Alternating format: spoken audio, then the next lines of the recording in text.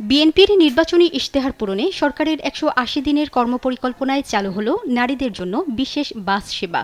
এর অংশ হিসেবে ঢাকা, চট্টগ্রাম ও বগুড়া শহরে চলাচল শুরু করেছে ১৪টি বাস, যেখানে চালক, সুপারভাইজার এবং যাত্রী সবাই নারী।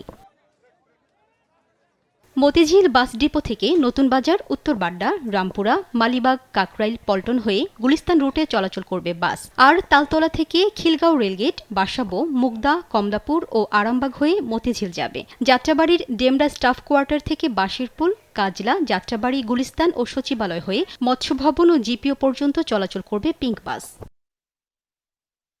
মোহাম্মদপুর থেকে Shankar, Dhanmondi ১৫, city college, new market, Shahbag ও পল্টন হয়ে মতিঝিল। এছাড়াও মিরপুর ১২ থেকে মিরপুর ১০, কাজীপাড়া, শেওড়াপাড়া, ফার্মগেট, শাহবাগ ও প্রেসক্লাব হয়ে মতিঝিল রুটে চলবে বাস।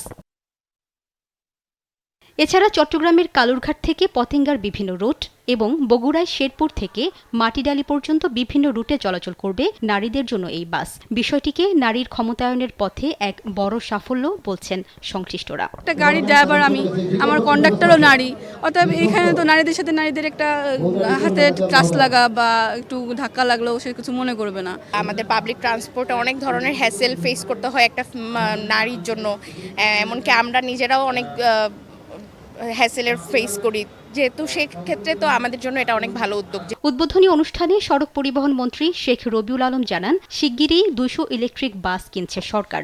এর মধ্যে ১০০টি বাস থাকবে নারীদের জন্য।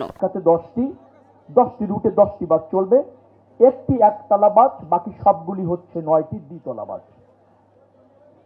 চিটাগাঙে সম্ভবত একটি রুট, সেখানে 2টি দ্বিতল বাস চলবে। বগুড়াতে 2টি দ্বিতল বাস চলবে 2টি রুট, অর্থাৎ 14টি বাস চলছে 13টি রুটে। আমার পরিকল্পনা হচ্ছে এই মন্ত্রণালয়ের আগামী দিনে এই রুট আরো প্রসারিত করা হবে, বাসের সংখ্যা বৃদ্ধি করা হবে এবং এখন যে পরিবেশটা তারা পাচ্ছে সেটা আরো উত্তর সমৃদ্ধ করা হবে।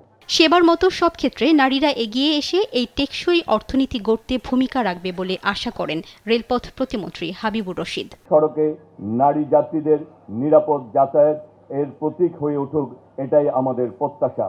মহিলা চালক কন্ট্রাক্টরদের প্রয়োজনীয় প্রশিক্ষণ, নিরাপত্তা, কর্মপরিবেশ নিশ্চিত করার পাশাপাশি তাদের দক্ষতা, পেশাগত সক্ষমতা বৃদ্ধি করতে হবে। যাতায়াত সংকট নিরসনে পিঙ্ক বাস গুরুত্বপূর্ণ ভূমিকা রাখবে বলে মনে করছেন নারী যাত্রীরা। লামিয়া আইভি, দেশ টিভি, ঢাকা।